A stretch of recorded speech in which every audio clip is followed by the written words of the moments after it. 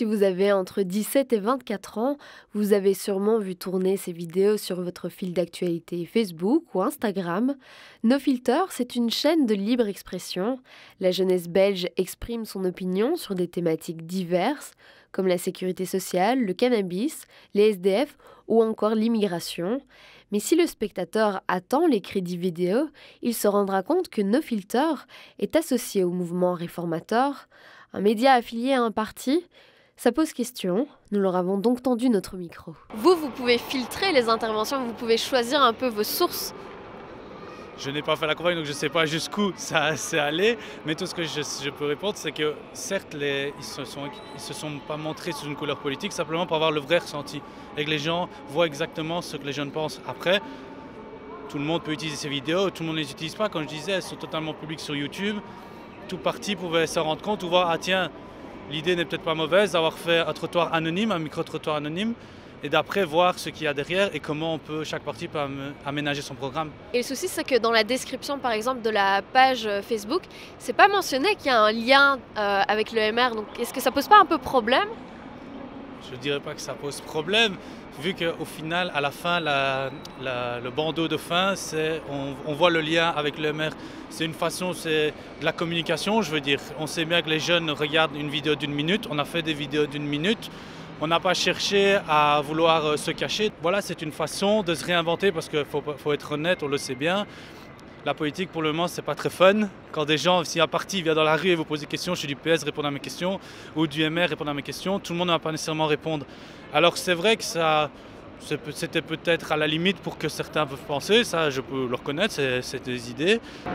Ce sont méchantes les questions. Je sais. N'entendez pas ça. Près de 700 000 jeunes seront appelés à voter pour la première fois lors du triple scrutin en mai prochain, ce qui représente 10% des électeurs. On comprend alors pourquoi les partis tentent d'attirer leur vote.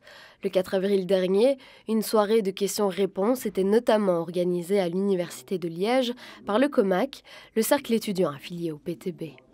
J'ai des collègues qui ont été à la marche pour le climat il y a 2 semaines. Ils posaient des questions justement aux manifestants et ils se sont rendus compte que beaucoup de manifestants avaient des autocollants de Red Fox, qui est lié au PTB, mais ils ne savaient pas forcément que c'était lié à un parti politique. Est-ce que vous ne pensez pas que ça pose problème quand des choses comme ça arrivent?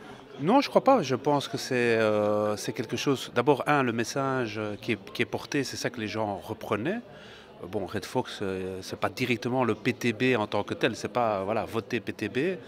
Et deuxièmement, je pense que les gens qui l'ont distribué l'ont expliqué. On est les premiers à expliquer ce qu'on fait, à défendre ce qu'on fait ouvertement, franchement. Nous, on n'a pas de problème avec ça. Vous avez un autocollant Red Fox là? Ouais, c'est moi qui l'ai collé carrément. Ouais, c'est PTB ça?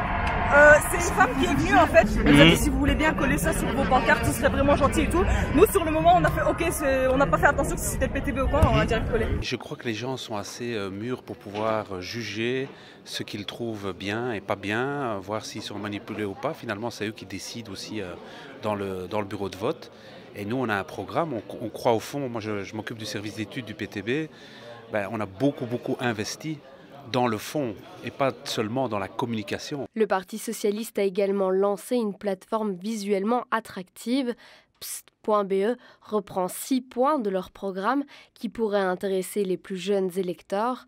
Tout est misé sur le format hybride entre la bande dessinée et le jeu vidéo.